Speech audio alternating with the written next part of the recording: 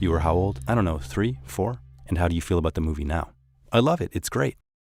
Welcome back to Switzerland. James Kienitz Wilkins, you are here at Visions du Réel to present your last film, still film. We started to discuss with you already a long time ago on Filmexplorer, and now it's the occasion to continue this dialogue about your filmmaking. Yeah. First of all, it's really great to be back in conversation. I feel like, in a way, you're sort of the perfect person to continue this conversation because 5 years ago, talking about This Action Lies, which was commissioned and appeared first in Switzerland, and so still film for sure is, it's not a sequel.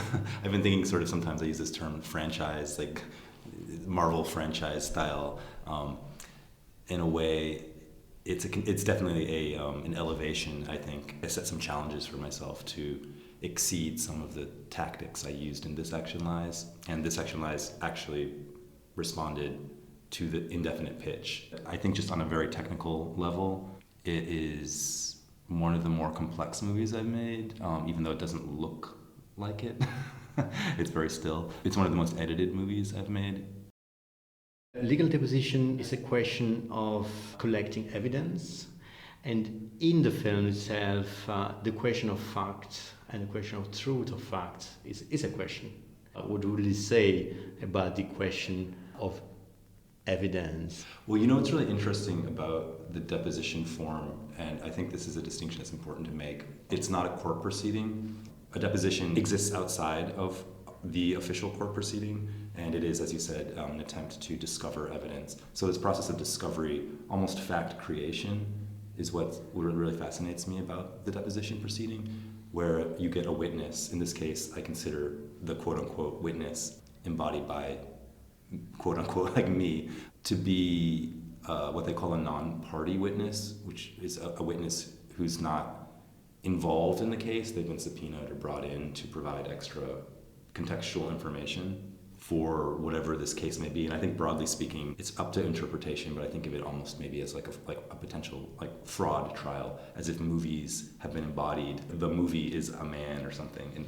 And people talk about the death of cinema, but that sort of implies that cinema isn't alive, like an entity, So if cinema defrauded us, perhaps, in a civil sense. And so I am a non-party witness. I'm someone who exists, as you do, as we all do, having witnessed this time period in our various ways. That's why actually I became kind of obsessed with this term that's used often in depositions, objective form, because the typical objections in a court case actually don't apply because there's no judge to determine, to say sustained, or hearsay, blah, blah, blah, objection. So sort of the best you can do is stonewall your opponent and just say objective form, and that just basically notes that you don't agree with something that's been said, and that can be revisited later, but no one's going to stop the proceeding to say, oh, you can't keep saying this. So a lot of things can be said in a deposition that are inadmissible in court. It's just the collection process.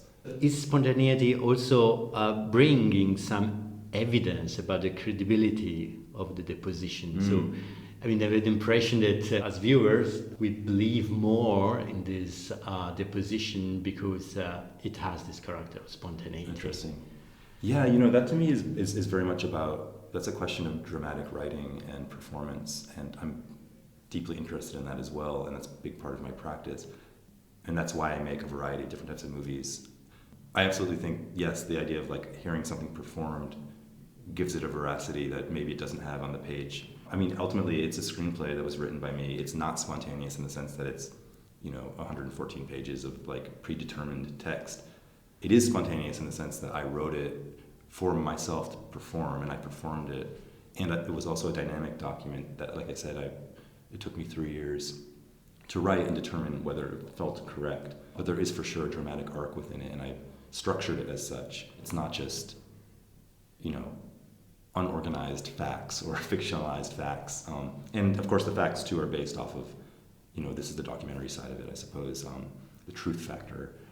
The characters are fictionalized, abstract characters, but they are talking about memories and experiences that we've had collectively, socially, that are real, At the same time, the speed of the speech creates a sort of effect of reduction to a sort of bidimensionality. At the same time, you follow it very, very easily, even because you speak very, very clearly.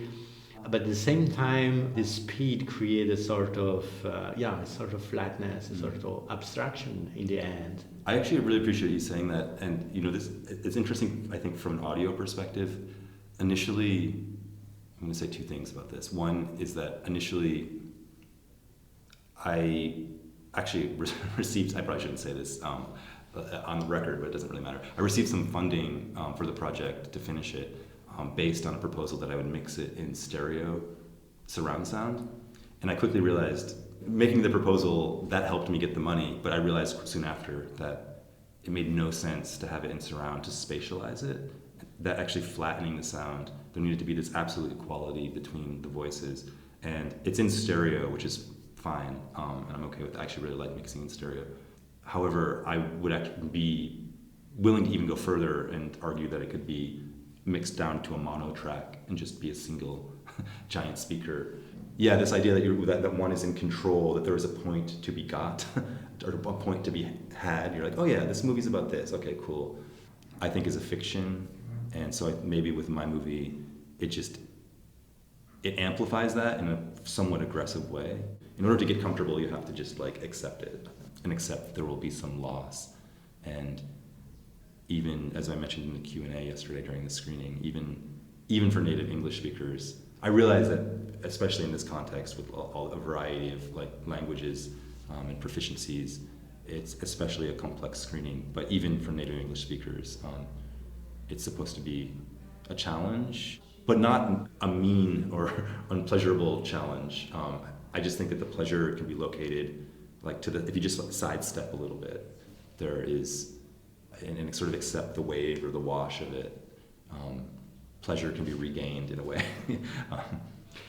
Also the images, and each one has a path in the cinephilia where recognize or don't recognize some films. So I mean, it's almost impossible to have just one discourse with so many references. That's to me is a very important point. And thanks for honing in on that. The slides are limited.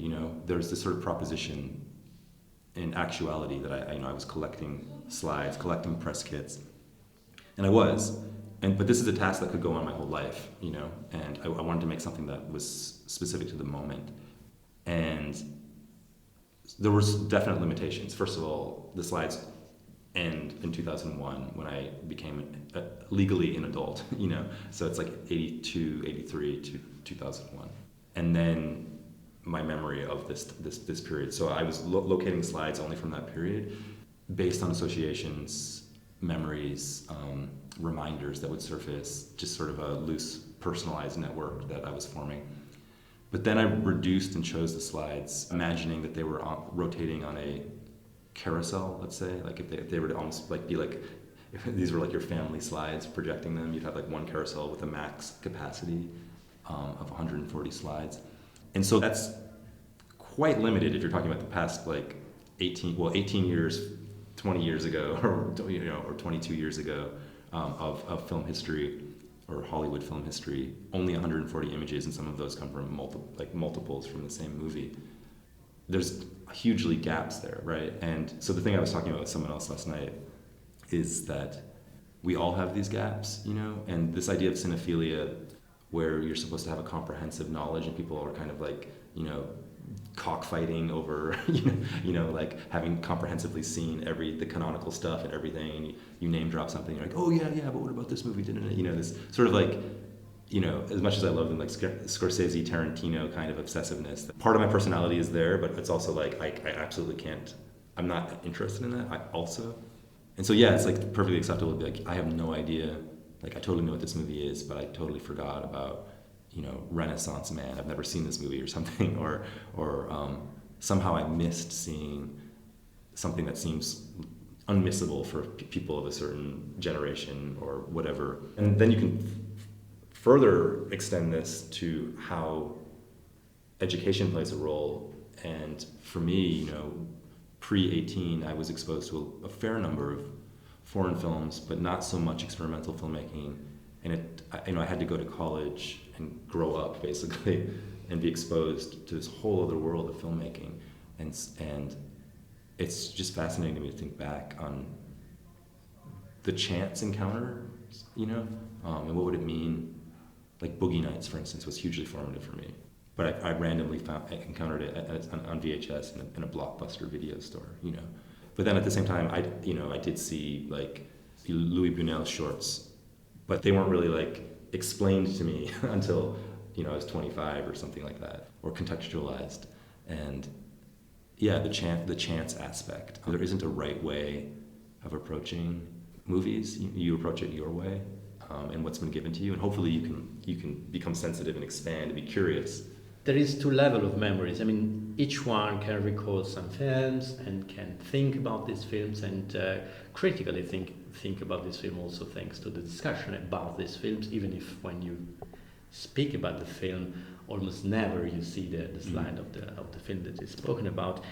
But at the same time, the last part of the film, actually already before you come back showing the same slide, it's a sort of experience of memory, and then in the last part, actually you put again the same slide in another order, and that's a sort of, you produce a sort of internal memory, I mean, a memory within still film, within your film. Did you make some try to understand what is the effect of the memory effect before creating these? Absolutely. I mean, that was one of the hardest parts about compiling this movie and writing a deposition that was, had, like I said, a dramatic arc, but then also connected to the structure. The stills themselves are important, and they fueled the storytelling, if I can use that word. And so, yes, of course, like we're remembering within the movie slides and like, oh, this is how it fits in to the structure. And maybe, I don't know, for a viewer, in a lot of ways the movie itself is like the test, and that's the experimental side of it. If the chronology resonates, and maybe it does for some and maybe it doesn't for others. But the bottom line is that it's structurally, it's there. And it becomes more important in the second half, the actual chronology, than in the beginning, which is much more associative and feeling. And this does connect to some degree not to some degree, greatly, to the structure of a deposition. And there's no official rules for how you should run a deposition, but there are guidance, some sort of like like I said before, best practices. And I was reading one book for my research by this sort of master of depositions. I forget his name, but he wrote a handbook on how to structure a deposition. So I spent a lot of time reading this book, and he defines the questioning process as having the shape of a funnel. So, or essentially just an inverted. It all comes back in a way, and I'm thinking back to the section lines, like a triangle that's like just upside down. I just imagine that, and it gets narrow and narrow. It starts out wide, it gets narrow and narrow and narrow until you reach this point. Is it this film a way to emancipate for your from your childhood, or to making explicit the memory in order to be able to forget it? It's a great question. Perhaps. I mean, psychologically, I don't know. But I will say in terms of emancipating from nostalgia, it's stylistic kind of like dominance these days. And I am very interested in how tools of the past remain functional. And so similarly with still film, I wanted to kind of walk a tightrope where it could be viewed very facilely as like an indulgent dive into, 80s and 90s cinephilia. But it also, and it kind of, it threatens to be that.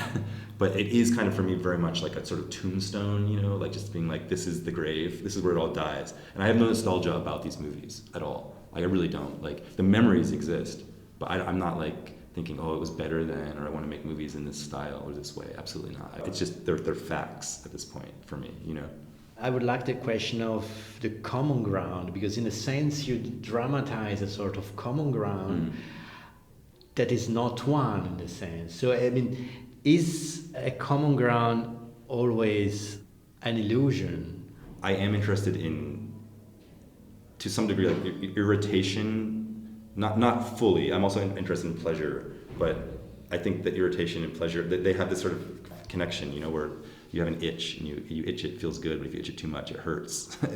Or it hurts, and then it feels good, and then it hurts again. And maybe the sort of the irritant here and the proposition is that does relate to common ground, and that we think we have it, but it's not possible to fully share ever. The criminalization of Tom Hanks, I found one of the most funny and appropriate and meaningful aspect of the film. So is this irritation probably against the common ground also take shape in the sort of criminalization of the Tom Hanks? Yeah, I think maybe so. Yeah, and I've had this feeling, and I will say that this is a real feeling I've had for years. And I had a draft of the script going a couple of years ago, like 2 years ago, and I was, first draft. And I revised it because actually QAnon, the conspiracy theorists, they developed their criminalization of Tom Hanks. Like, it then became a thing for them, and I was like, oh my God, I'm writing this. Like, I agree with them, but not fully. So I have to figure out what is going on here, and like, what is it about me? And what are they onto as well, and account for this in the story, and that actually required updating the draft. I was watching on the plane, not to here, but actually 2 weeks ago I was flying, and this new movie, A Man Called Otto, and I have a very hard time watching movies on planes. It's just the sound and all of that, so I just tend to watch other people watching movies, and like 5 people were watching this movie, and I just kept looking around, and it's just Tom Hanks trying to kill himself. It's like I look over here, Tom Hanks has a shotgun in his mouth. I look over here, he has a noose around his neck, and I was like, what is going on with it? Like, why does he need to be in this role now at this point in his career? In a way, there's a death. I feel like I would imagine to embody this, part of you must, and maybe this is my sympathetic side for someone like Tom Hanks or any of these figures. Part of you must have to sort of die, in order to then take on this form. What's so strange about it too is that the parasocial element where we are invited to become friends with Tom Hanks or whomever, and refer to him as Tom, and have this familiarity that's quite unearned, but at the same time is a result of his like promiscuous career, basically, and so the interaction it's very perverse on both sides, when someone says Brad or Tom or John, these are very common names, but within a certain context, there's only a few options, or there's immediate options that come to mind globally, and these people aren't our friends, but they pretend to be our friends, and they make lots of money doing so. And so it's funny, like even in the write-ups about the movie, like the film festival notes and stuff, saying, this movie discusses the past 40 years of cinema. It both does and it doesn't, it does actually, but it doesn't depict the past 40 years of cinema, even in its limited way. And so there's sort of this tension between what's discussed and what's shown, or seems like it should be discussed. Probably one technical thing about the copyrights of the slides. I have the impression that there are no copyrights, or do you have to buy it, or you take advantage of the fact, if it is a fact, that they are available as advertising material? Are you protecting yourself through advertising? Yes, I am actually, and I have a very strong stance on this. And I guess in the States in particular, it's very litigious, and who knows, maybe someone will take offense and sue me, but I have a defense, and multiple ones, I should say. And for the record, there's no money to be made in suing me. Like, it'll only cost you money if you're thinking of suing me, believe me. But yeah, so there's a few things about this. Number one is, I would argue to the death that this is fair use according to established standards of fair use among documentary filmmakers and others. That's been circulating for like the last 15 years, summarizing the transformative use, the fact that it doesn't impede upon the market value of anybody involved, the photographers, the studios, the movies, that I'm using parts and not wholes. They're full images, but these images were contracted to be shot, and so they're parts of these larger projects. And there's another element as well involving derivatives. But so yes, fair use. First of all, that's like the broad argument. The second thing is that there are also objects that I purchased, and so there's this preservationist aspect to it. These aren't just images, like I grabbed them off the internet willy-nilly. I bought them. I've been collecting and buying these slides. I rescanned them, so and there's actually dirt and all. Like I didn't touch them up or anything, so I really wanted to show the images as slides, as objects. I chose not to have the frames around, but they are very much objects, and I can link to that easily. If someone dragged me into court. Third, everything's credited as best I could, and credited as objects. Of course, I did a certain amount of research, but I felt it wasn't my job to. If a slide came and it didn't have like all the credits that are required, I credited what was on, like actually physically written on the slide, the studio, the photographer, and there was a number that didn't have anything written on them. But that to me isn't not crediting, that's accurately crediting the object, you know what I mean? And that information is out there as well. It's sort of a best attempt based on what was available to me. So everything's credited, and maybe even arguably increase the market value for a photographer or whatever. I think it's beyond the scope of the movie and just my responsibility to determine what weird contract the photographer has with the studio and whether they own the rights to their image or like blah, blah, blah. These images are linked specifically to the publicity of movies that have been released in the sort of the public zone. And then finally, I guess like the sort of like bookend to all of that, there's fair use, and then the real big bookend is that the original intent of these images, I'm using them actually accurately and true, although creatively different, but true, I think, to the intent, which is as publicity material. They were distributed for people, journalists and documentarians perhaps, arguably, to promote these movies, and they were meant to be used, and I am using them, and I'm not burying this. I'm not saying, oh, this shot of David Lynch is like my shot or something. This was shot on the set of Mulholland Drive, and was used in countless newspapers during the year of its release. The movie is still out there, and presumably there's publicity around the movie in a low simmer way. So it engages the tactics that are already being employed by the studios and the photographers. Actually, it's quite interesting because finally you are anticipating a trial with your answer.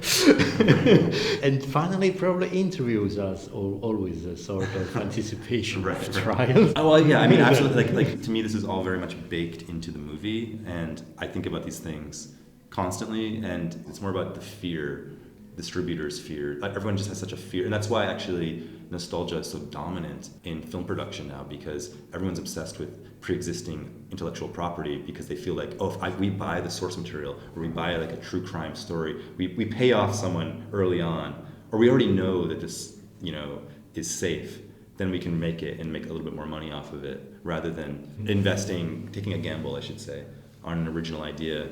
And so it's such, everyone's like so cautious, which is why this movie is totally unsaleable. Like it will, I totally understand that. It's fine. I would be stupid to like make a movie like this and think, Studio Canal Plus or whomever is going to snap it up.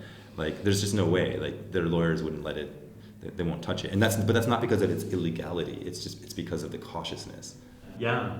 Thank you. Yeah. Thanks for watching it and having your insights on it, and also just continuing the thread of dialogue over 5 years, half a decade now. Yeah. Thank you, James. Yes.